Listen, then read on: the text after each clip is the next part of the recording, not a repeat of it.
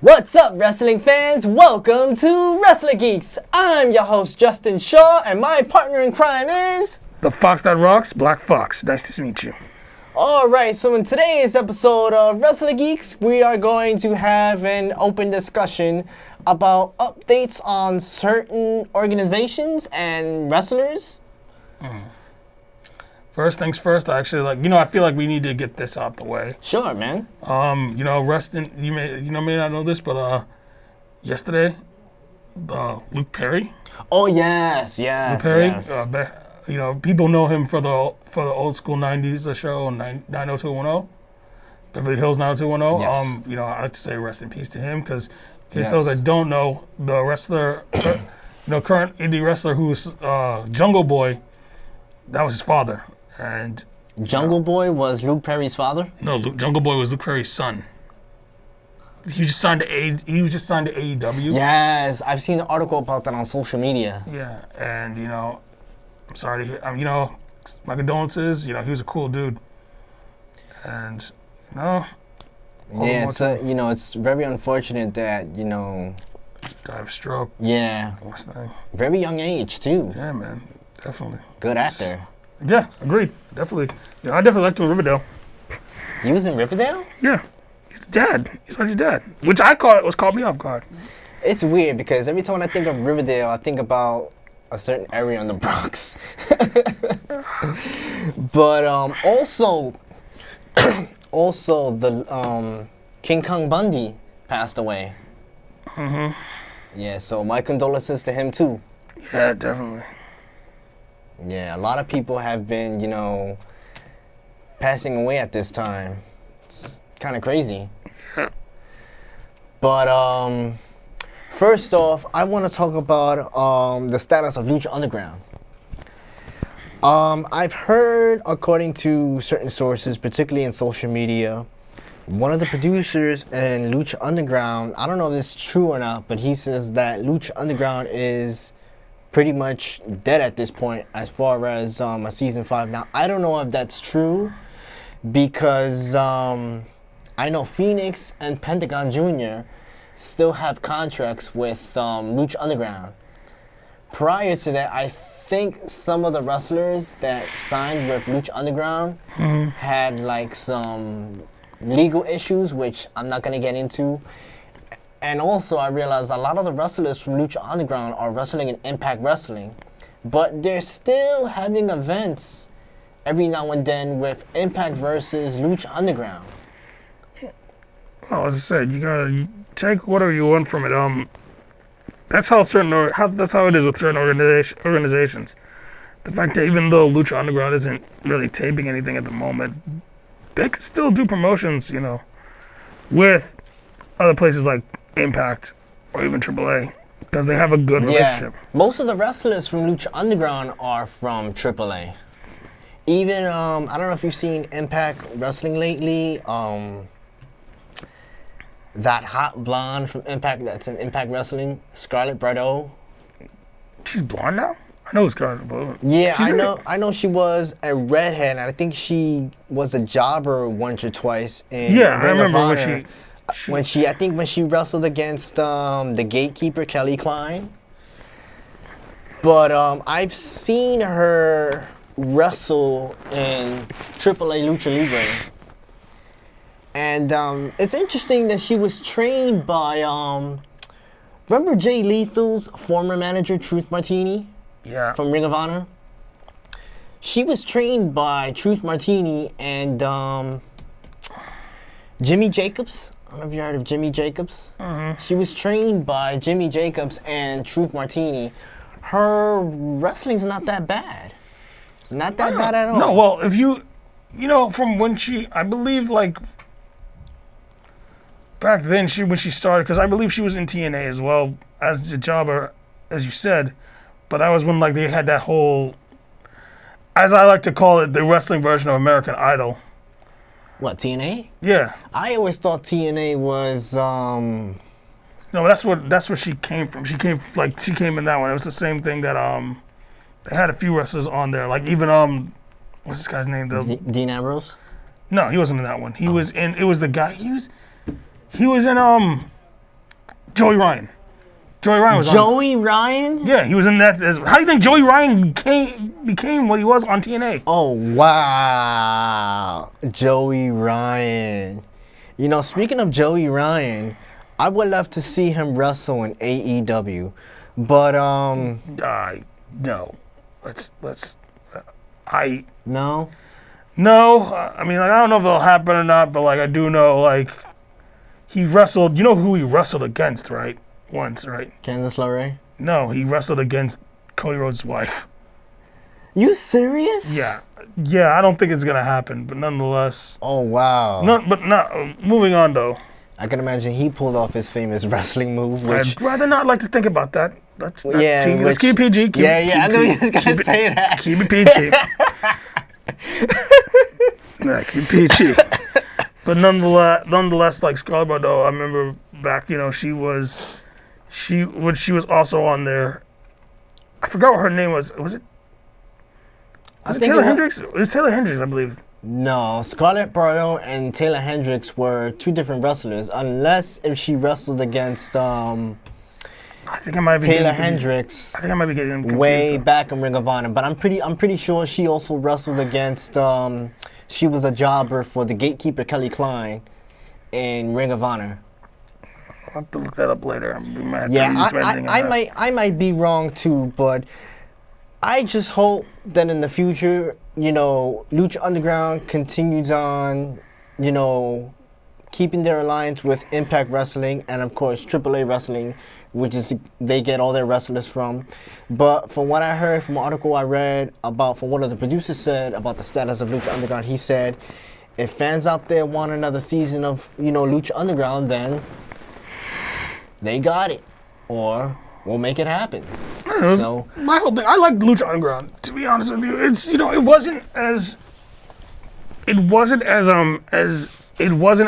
flashy as, you know, what we're used to with WWE and New Japan. But the thing is, they made that their own. Exactly.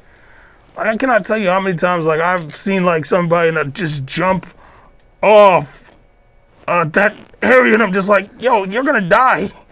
Man, when I think of Lucha Underground and when I see wrestlers do crazy stunts like that, I think of Johnny Mundo. Yeah. You know, before when we started this show, I was always talking about Johnny Mundo and Lucha Underground. Angelico, Jack Evans, the Mac, or should I say Willie Mac. Hey, you know, it's all interesting. night long. It's interesting, Willie Mac, a.k.a. Chocolate Thunder. It's interesting that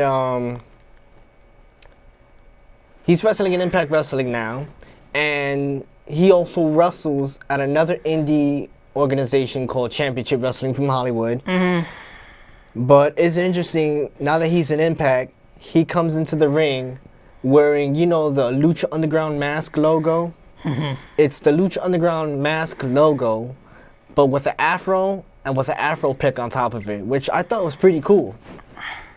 But yeah, Willie Mac, or the Mac, or Chocolate Thunder, had also put his life on the line in Lucha Underground.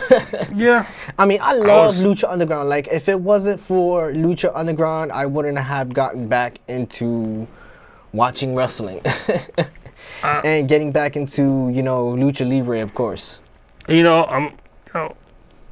Lucha, I will point this out to coincide with your thing.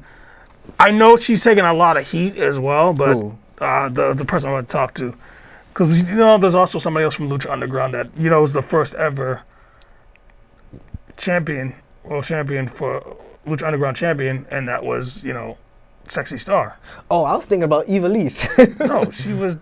Sexy Star was the first one to ever win the belt. And yeah, you're right. For what it's worth, you gotta say, you know, despite the circumstances, because a while ago, there was an incident where like they were said that she, tried to legitimately injure. You might know her as, I was about to say Daphne. No, not Daphne. It's Rosemary. She tried Yes, I was just gonna bring that up. Yeah, but we also have to point out she's also about to do MMA.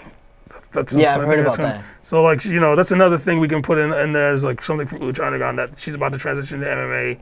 So I'm pretty sure there are a lot of things. Take nothing away that I don't know whether to believe it or not.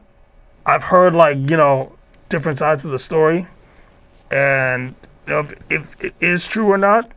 True or not of what? That she did legitimately try to injure Rosemary? Like, I believe she did, but I've heard on an interview with Rosemary that there was something. It's kind of complicated, but she heard that there was something going on in the locker room with Sexy Star. She got frustrated over the situation, and somehow she took her frustration out on Rosemary while she was trying to injure her. Something. Yeah, I don't know. I could be whole, wrong, but from what I've heard, what was said, going on, Rosemary was like, yo, Sexy Star, what are you doing? Yeah, as I said, the whole thing about it was, what I'm pointing out is the fact that she's about to go into MMA, and we're just bringing up things from Lucha Underground. That's the gist of it. Of that, she's about to go into MMA. She's transitioning into MMA, so we'll see what's gonna happen with that. Because I know she got a lot of flack for that whole situation. That's what I was trying to point out. Okay. Now to our next subject. Anything you like to have? Matt Riddle. Matt Riddle. You talking about the thing with? Is this the thing about him calling out Brock Lesnar? What happened? Is this about him calling out Brock Lesnar? No. Oh, okay. I don't know nothing about him calling out Brock Lesnar. He said he wants to. He said he's if anybody else is gonna be Brock Lesnar, it's gonna be him. I'm like, and I'm like this, bro. I love you to death. I'm gonna say this right now. You definitely one of the most entertaining things on NXT. I'm gonna say this right now, bro. Don't do it. Don't not now. Well, if he's gonna fight Brock Lesnar, he better not enter that ring wearing chancletas or flip flops. I feel like it will turn into an actual wrestling match. It'll turn into an MMA match. Cause what I don't understand is like I like Matt Riddle. Like I've heard of him. I've seen clips of him wrestle. I've seen Matt Riddle wrestle. I've seen Matt Riddle wrestle. I've seen like video archives of him wrestle in the indie circuit. He's great. I've seen him live. I've seen him live. You've seen him live? Yeah, I've seen him live. He's legit. But what I don't like is his gimmick in NXT. Like I don't know if you ever seen that 80s movie. He's a hipster, yeah. With Fast Times at Ridgemont High. Yeah. Okay, you know the character that Sean Penn plays? Yeah. Stoner surfer dude? Yeah. Now imagine Sean Penn's character having a child. That would be Matt Riddle. With an MMA background, nonetheless. But my whole thing is with Riddle is like, I'm happy Riddle came. Me too. But I think like, wait a little. I want him to wait a bit before he starts like calling out Lesnar, cause like Lesnar's the type of person I think will go off script and beat him into his life just because. I think one punch he'll be like on the floor. No. You gotta. If you've seen Matt Riddle when he was like in the UFC and everything else, he legitly can hold his own. It's just like. This will feels like. I'm pretty sure he held his own against Cassius Ohno when he put him in the guillotine choke. Agreed. No, that's the thing. Riddle can do anything. Riddle can do a lot of good, but the whole thing is like I said. I don't want him anywhere near Lesnar at the moment. I want him to like he's earning his chops and everything else, and I definitely think I'm gonna be going on a whim here, and I think he will definitely be the one to take the belt away from Dream. Velveteen Dream, the North American Championship. I think so too. So, but like as for like, I want Dream to have the belt for a lot longer, but nonetheless, later on. Hey, anything can happen from now until WrestleMania. Mm-hmm. Now, anything else you want to bring up? Or I mean, I'll bring up something that I actually wanted to actually bring up. This is New Japan based. It's the fact that, and this is something like, this is my opinion on Will Ospreay just called out Jay White. You're kidding. No, he legitimately did it. I believe it was at Rising Honor, and the whole thing about it was, I didn't get a chance to see it yet, but I wanted to watch the Ring of Honor the match they had a long time ago, and like when both of them were younger. Okay. So I will say this right now. I want to see this match between the two of them for like possibly for the IWGP Championship. Ospreay versus Jay White. Yeah, because Jay White, who those that don't know, has won the IWGP Championship from Tanahashi. yes, I've seen it. And I'm not gonna lie, I was not expecting it to be so soon. But this helps solidify the whole thing with Bullet Club, making them more of a reasonable threat now. And the Bullet Club has always been a threat, but it's always been like, with Omega gone, it seemed like Bullet Club hasn't really been the same without Omega, but I still feel like Bullet Club is still Bullet Club, but it's just like I'm glad that they chose Jay White as the leader of the Bullet Club. He should have been at least a member of the Bullet Club long time ago, because remember when he first started when he first came back, you mean? Yeah, this was like right before he changed his gimmick to Switchblade. Mm-hmm. There was a feud between him and the Bullet Club. And I remember they gave him a Bullet Club shirt, but he was toting around with it. Like he wasn't sure if he should join. Well, as I said, the whole thing with that was actually that there was around the time he had the Switchblade gimmick. But the whole thing with as I said, in my opinion, I honestly think it should have been Fale who should have been leader. Bad Luck Fale? But because of the whole thing. Big dude? No, because of the fact that he was like one of the originals like that had been there in the beginning. But like I get why they went with White, because of the fact of the popularity he presents. I'm more of I believe Fale, because Fale was there from day one with Prince Devitt and the others, so I feel like he could have done it. Quick question, does Bad Luck Fale still chase the ring announcer? I haven't seen that in a while, so I think he's probably left him alone. But my whole thing was like, as I said, the whole situation with Bullet Club is not that it's not relevant. I believe Bullet Club is still relevant even without Omega in them. I just feel like with the popularity Omega and the Bucks brought, in a sense, and at the time, everybody, thought Tama Tonga would be the one to go leadership. And you know what? I'm gonna be for real. I wanted. That's what I thought I wanted too. it to be too. I wanted it to be Tama Tonga because at least he was showing the fact that it was not just the Bullet Club wasn't just about the elite. It was about everybody. And to me, that's the truth. He was actually legitimately saying, it's not just about you guys. Everybody in the group's got to eat. We all eat, and it sucks that in the way that it's been portrayed, the fact that he's been doing everything he could. But back to the whole situation with Ospreay, because we're getting off topic. The whole thing is, I want to see this. I do want to see this, but I feel like this is more of a prelude to the fact that Ospreay may lose the Neverweight Championship. And you know what? I'm for real. I was mad when Ospreay won it. I was for Ibushi. You do not know. I was hyped up when when him and Ibushi were fighting, because it definitely was a dream match. When he caught him with that elbow, I was like, oh, nah, he's dead. I was like, oh. And Didn't he caught him with like springboard sling blade? No, springboard stunner. He hit him with it, but he to make sure he stayed down, he caught him with his elbow. He clocked him with his elbow. Speaking about Will Ospreay, you know what match that I've seen that one of my friends showed me on social media, which I thought was really, really cool, and it would have been better if they just weren't taunting each other. Who? Will Ospreay versus Pac, formerly known as Adrian Neville. Hey, look, that's hands down. That's definitely. That was a dope wrestling match. But it could have been a lot better if they weren't just going at each other's faces and taunting each other. Me personally, if I was a wrestler, I would have to start it off in two ways. Like, let's say, like in every wrestling match, there's promos. One wrestler says one bad thing about another, a few yada, yada, yada. I would start it off with, an open palm strike, either to your face or to the chest. If it's just like a wrestler I don't know much about, I gotta start it off with the clinch. Get the grappling on. Yes, sirree. Gotta wait.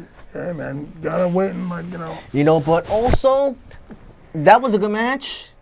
There was a lot of high flying, hard hitting. It was like high flying and strong style put together. But what I didn't like about the match was this was the first wrestling match that I've seen that ended in a draw due to a time limit. Can you believe that? This happened before. Where, in New Japan? Yeah. You didn't see Omega versus Okada Part 2? That ended in a time limit. That ended in a draw. Probably. That was like way, way back. That was like 2 years ago. Like, was it two years ago? Speaking about New Japan, I wonder what's going to be the status with Hiroshi Tanahashi, because I love Hiroshi Tanahashi, but he's injured himself too many times. See, for me, the whole thing with Tanahashi is their ace. He's like the guy. He is like, I will say it, Okada, He's like the new Okada? No. Okada is like, I had to phrase it, everybody says Okada is the John Cena. No, I don't think so. No, he's the John Cena of New Japan. I don't consider him the John Cena. I don't consider none of the wrestlers in New Japan the John Cena. Of Japan. He's the John Cena of Japan. Well, I actually like Okada better than John Cena. Well, yeah, but I'm talking about popularity-wise. Whereas the whole thing with Tanahashi, I want to say Tanahashi he's not I don't want to say he's the Hulk Hogan. Hulk Hogan? He is of Japan. I'm talking about of Japan. Like, I want to say he is, but he's not really what it is. It's more like, what is it? He's a great, he's Tanahashi.